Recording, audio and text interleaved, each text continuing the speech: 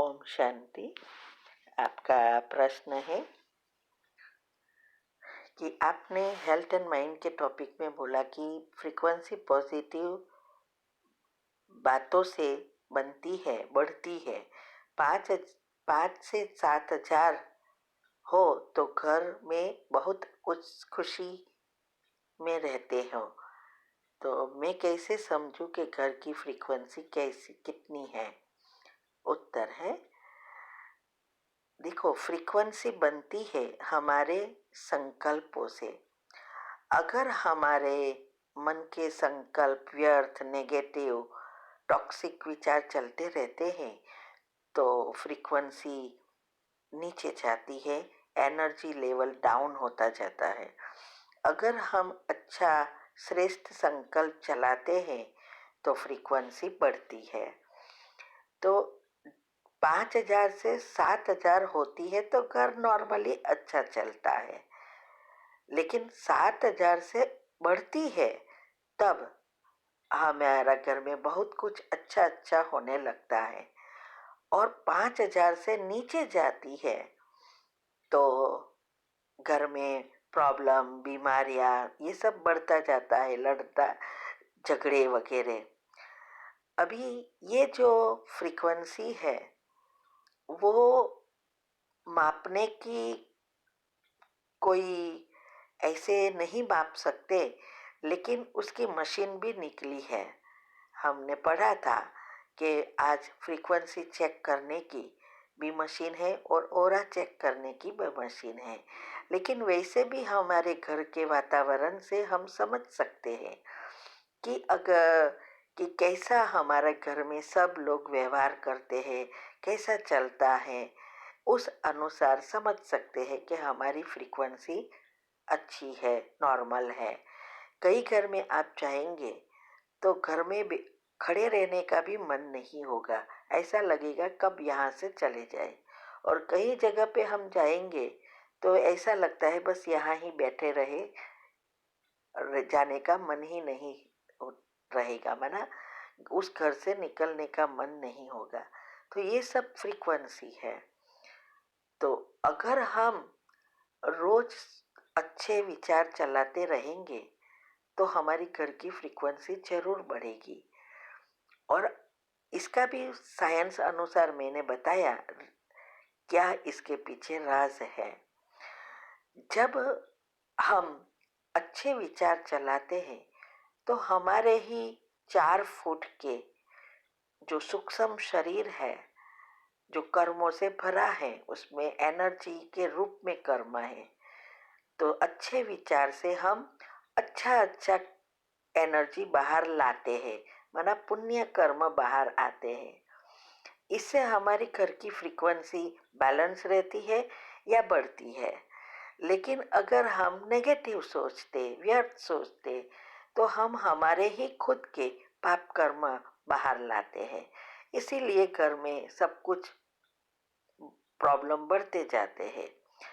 तो घर की वातावरण, माहौल से आपको पता चल जाता है। आप देखेंगे सेंटर पर भी अगर हम जाते हैं तो सेंटर का वातावरण भी अलग लगता है तो घर ही जैसा ना, लेकिन वहाँ का सेंटर, बाबा का कमरा, उसका माहौल कैसा होता है, ऐसे ही ये तो उस माहौल से ही पता चलता है। अगर आप चाहो तो वो मशीन गूगल करके चेक कर सकते हो, आप बाई कर सकते हो। ओम शांति। आपका प्रश्न है कि हम सेकंड में शरीर छोड़कर अगले सेकंड में दूसरे घर में प्रवेश करते हैं अपने कर्मों अनुसार, लेकिन मुरली में बताया था कि आत्मा 13 दिन तक अपने परिवार के साथ ही रहती है। सॉरी, आपने बताया कर्मों की गति में कि आत्मा 13 दिन तक परिवार के साथ रहती है, फिर अगले घर में जाती है। तो ये समझना है। उत्तर है, देखो, परमात्मा माना बाबा का कहने का भावार्थ यह है कि आत्मा को सब कुछ करने में 1 सेकंड लगती है। जैसे ज्ञान हम सुनना है, माना शिविर करनी है तो एक टचिंग होती है कि चलो देखते हैं क्या आता है। ये टच हुआ, ये सेकंड हुई। फिर कोर्स किया, माना शिविर की, फिर हमें अंदर से टचिंग होगी कि अभी थोड़ा और समझना है। फिर कभी कभी ऐसी कुछ निश्चय बढ़ाने वाली टचिंग हो जाती है जिससे हमारा पुरुषार्थ तीव्र हो जाता है, और अंत में भी पेपर भी सेकंड का है। ऐसे ही आत्मा जब शरीर छोड़ती है तो 1 सेकंड में बाहर निकल जाती है, लेकिन उस शरीर आत्मा को सूक्ष्म शरीर समेटने में 13 दिन लगता है, क्योंकि उसकी मन की अवस्था ही ये सूक्ष्म शरीर है। तो ये 13 का अर्थ ही क्या है? जब मेरा मेरा छूट जाता है और 13 हो जाता है, इसको कहते हैं समेटना। धनतेरस वो भी 13 दिन में ही है ना, ऐसे ये भी है। लेकिन ये 13 दिन के बाद आत्मा 1 सेकंड में उड़कर भी दूसरे गर्भ में चली जाती है। तो ये कर्मों के अनुसार ही होता है, लेकिन हर चीज की प्रोसेस है। तो आत्मा को दूसरे शरीर में जाने में समय नहीं लगता, लेकिन उसके जो कर्मों की एनर्जी का शरीर है, सूक्ष्म शरीर, उसको समेटने में समय लगता है। ठीक है। ओम शांति। आपका प्रश्न है, मेरी मम्मी बहुत नेगेटिव है, दूसरों के बारे में और बच्चों के बारे में बहुत बुरा सोचती है, हमेशा वायलेंस ही रहती है, सुबह गालियों से ही शुरू होती है, और मैं पूरा दिन घर में मेडिटेशन करके वाइब्रेशंस फैलाती हूँ, लेकिन घर वालों की नेगेटिविटी इतनी ज़्यादा होती है कि कभी कभी मेरा ही योग टूट जाता है। ऐसी हालत में अपने आप को हेल्दी, मोटिवेटिव और हैप्पी कैसे रखूं? बहुत बुरा लगता है जब मम्मी का बुरा व्यवहार देखकर, तो वो हर किसी के मन में चल और कपट फैलती है। उत्तर है, देखो, वो इस जन्म में आपकी मम्मी है, लेकिन है तो आत्मा, उसके पुराने संस्कार लेकर आई है। कोई ऐसी जगह पे उसका जन्म होगा कि जहाँ गालियों ही गालियों निकालती है, क्योंकि हम दुनिया में भी देखते हैं कि कई कास्ट में ऐसा होता है, कई ऐसे परिवार में, तो ये सुबह से लेकर रात तक ये गालियों से ही चलता है। तो वो शायद वो संस्कार लेके आई है, और आप अच्छे संस्कार वाली आत्मा हो, इसीलिए आपको ऐसा लगता है। लेकिन हम बाबा के बच्चे बने हैं तो हम पुरुषार्थ कर रहे हैं, हमें ज्ञान है कि हर एक आत्मा का अपना अपना पाठ, अपने अपने संस्कार है। तो हमें इस ज्ञान को, कर्म की गति को, ड्रामा के ज्ञान को सब अच्छी रीति समझकर उसको उपयोग कर उस आत्माओं को परिवर्तन करने में मदद करनी है। तो उसके लिए हमारी अवस्था बनाना बहुत जरूरी है। अगर आपकी मेडिटेशन टूट जाता है, इसका मतलब यह है अभी तक आपकी अवस्था इतनी अच्छी नहीं बनी है। तो ये जो धारणाएं हैं, देखते हुए नहीं देखना, सुनते हुए नहीं सुनना, ये नेचुरल बनाना पड़ेगा। और वो ऑडियो तीव्र पुरुषार्थ ग्रुप में आती है कि कैसे हम वो कर सकते हैं। और जब भी वो ऐसा बोलना शुरू करे तो आप अपने कमरे में जाके बैठ जाओ, सुनो ही नहीं। अगर सुनेंगे तब आपके मन में जाएगा ना, तो ऐसी ऐसी युक्ति निकाल कर योग में पक्का बनो। रोज सुबह में अमृत वेले के बाद दिन में जब भी टाइम मिले, वो जो क्षमा की कमेंट्री है, वो क्षमा याचना की कमेंट्री करो। और बाद में अंत में इस आत्मा को स्पेशल सकाश दो। क्षमा या में सबको, घर के परिवार वाली सभी आत्माओं को विजुअलाइज करके सकाश देनी है, लेकिन अंत में इस आत्मा को के लिए सोचो कि अब पवित्रता के किरणें इस आत्मा में जा रहे हैं। देखो कि आप में आ रहे हैं बाबा से निकलकर, और फिर उस आत्मा में जा रहा है। और फिर अब इस आत्मा के सब पाप कर्म भस्म हो गए हैं, सब हिसाब किताब चुकतू हो गए हैं। अब वो आत्मा बहुत अच्छी रीति बात करती है। उसके संस्कार, देवी संस्कार, गुणों के संस्कार बाहर इमर्ज हो गए हैं। अब बहुत अच्छी है। सारा दिन आपको जैसी मम्मी चाहिए वो लिस्ट बनाओ, और फिर सारा दिन भी वही सोचते रहो। जब भी उसके बारे में नेगेटिव विचार आए 3 बार कैंसल करो और पॉजिटिव से उसको भर दो मन। और तो क्या होगा, सारा दिन आप उसके उसके साथ के हिसाब किताब पुण्य का खींचेंगे। और जब आप योग के प्रयोग में सकाश देंगे तो वो नेचुरल एनर्जी फ्लो कर सकेंगे, तब ये परिवर्तन होगा। तो अवस्था बनाओ, सारा दिन अच्छा ही सोचो, भले वो कितनी भी बुरी हो, और साथ साथ ये क्षमा की कमेंट्री करो। और एक भी नेगेटिव विचार नहीं चलाना है। आपको पता होना चाहिए कि सारी दुनिया नेगेटिव है, तो नेगेटिव जल्दी एक्शन में आ जाता है, पॉजिटिव करने में समय लगता है। लेकिन अगर एक भी आत्मा परिवार में पॉजिटिव बन गई, अच्छी पुरुषार्थी बन गई, अवस्था अच्छी हो गई, तो वो सारे परिवार को परिवर्तन कर सकती है। इतनी ताकत है पॉजिटिव विचारों में। ठीक है, ओम शांति। प्रश्न है कि मुरली में हमेशा बाबा माना परमात्मा कहते हैं कि ज्ञान मार्ग में 1 का 100 गुना दंड मिलता है, तो ये दंड क्या पहले दिन से ही शुरू हो जाता है या बाद में डिसाइड करते हैं तब होता है? तो क्योंकि स्टार्टिंग में तो बहुत मिस्टेक होती है। और ये भी बाबा कहते हैं कि 63 जन्मों के विकर्म को विनाश करना कोई बड़ी बात नहीं है, लेकिन ब्राह्मण बनने के बाद जो विकर्म करते हैं उसको मिटाना मुश्किल है। तो ये दोनों बात समझनी है।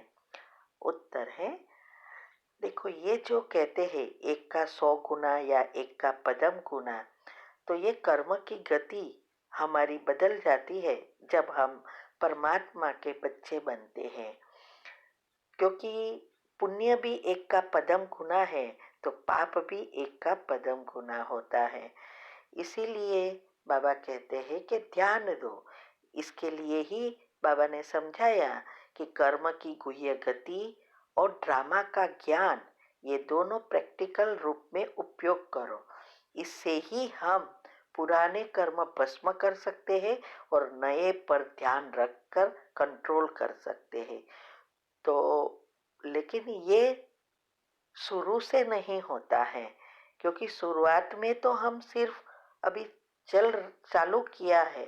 लेकिन जब हम फिक्स करते हैं कि चलो आज से हम ये धारणा करेंगे, और फिर एक एक कर्म पर ध्यान रखेंगे, थोड़े पक्के हो जाते हैं, और फिर जो करते हैं उसका डर लगता है।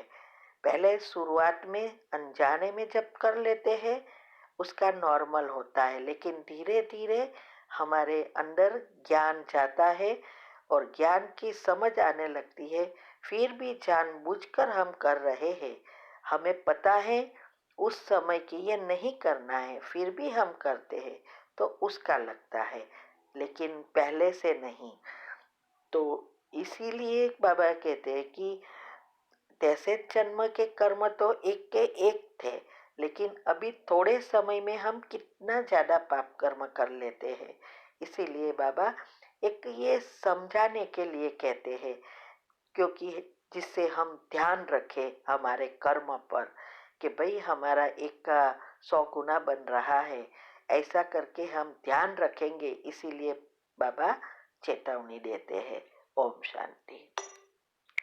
आपका प्रश्न है, ये जो अव्यक्त मिलन का पाठ है, तो एक पर्टिकुलर टाइम पे बाबा आते और उनसे मुरली सुनते और दृष्टि लेते थे पहले।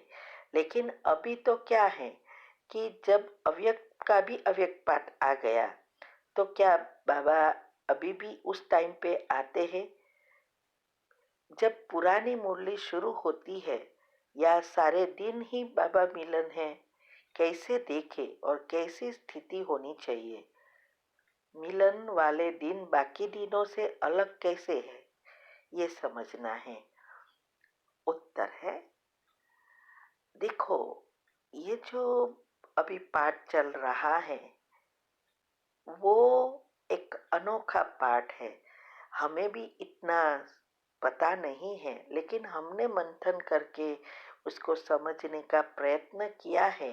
तो हमारी समझ अनुसार ये हमने जो समझा वो आपको बताएंगे। जब बाबा परम धाम में होते हैं तो आप कितना उससे कैसे जुड़ते हैं, उस अनुसार आपके ऊपर किरणें आती है। लेकिन जब अभी क्या हो रहा है, बाबा परम धाम से ब्रह्मा के तन में सूक्ष्म वतन में आते हैं और सूक्ष्म वतन से आबू में इतनी आत्माएं जब इकट्ठी होती है, आबू इटसेल्फ माना वो खुद एक मैग्नेट की तरह बन गया है। इतने सारे सालों से बाबा का वहां रहना, बाबा का अवतरण होना, इतनी आत्माओं का योग, निरंतर योगियों का योग, ये सब की वजह से वो एक मैग्नेट की तरह स्थान हो गया है। तो जब सूक्ष्म वतन में बाबा आते हैं ब्रह्मा के तन में, तो वहां से सकाश आबू में आता है और आबू से सारे विश्व में फैलता है।